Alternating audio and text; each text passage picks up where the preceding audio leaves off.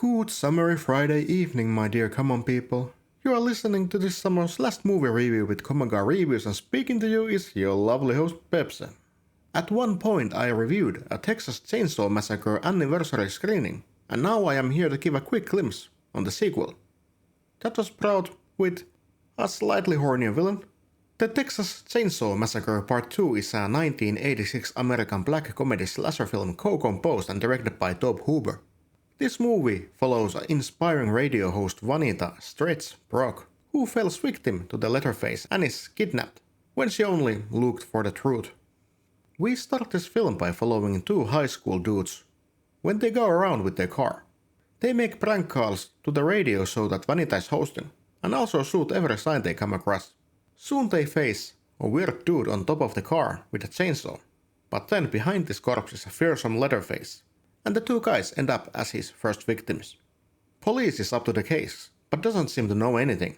But as Lieutenant Bud Lefty Enright, former Texas Ranger and uncle of Sally and Franklin Hardesty, who were the victims of Leatherface years earlier, comes into the scene, things start to kick off, as he is very interested in this case. Radio host Vanita has recorded the death of two high school seniors and wants to get that tape to Lefty, but things are not always so easy. Lefty outright denies that she even has anything. She tries to get him come into her studio, even places tape in her show as he asks her. But this unfortunately brings Leatherface and his brother Chop Top to her, and things get rowdy. This movie had a lot more non-serious elements in it than the previous one, a lot more crude humor and a lot of more noise. Sawyer family is added again. Dad Drayton is now cooking chili with mysterious ingredients, and Chop Top and Leatherface have to do to bring him the prime meat his chili so much needs. Also a lot of more weirdness. As Leatherface is confronting Vanita, she decides to somehow seduce him by weird words like calling him good boy and such, and Baba, as he's called, then decides to start getting freaky with his chainsaw, and it was just something I don't wanna see at all. There is also a lot of screaming, like a lot. Vanita screams so much that she has to gasp air to start again, and we know that it was the thing in the first movie also, so they likely seem to continue this odd tradition, just scream and scream until there's nothing to do but to scream more.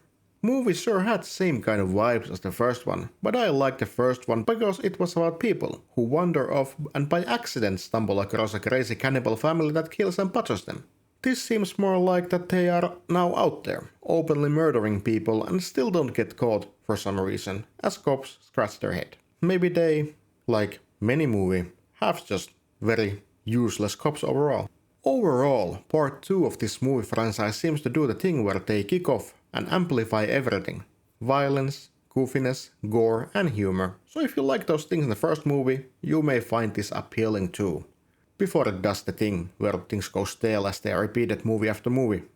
But overall the weirdness in this movie was that just Leatherface seems to be so horny. Like, she lets Vanita live just because she says to him that he's a good boy. And so Leatherface has to, like, be a good boy in a really, really weird way. But this was my review and thoughts about the Chainsaw Massacre Part 2. And after this, I am taking my summer off, as heat is kicking in right about now, and now just is so gloomy and a rainy day that I don't have to keep my fan on in my room so you can hear something, and I shall locate myself between a sofa and an electric fan. I'll see you all probably at the start of August, if I don't drop anything before that.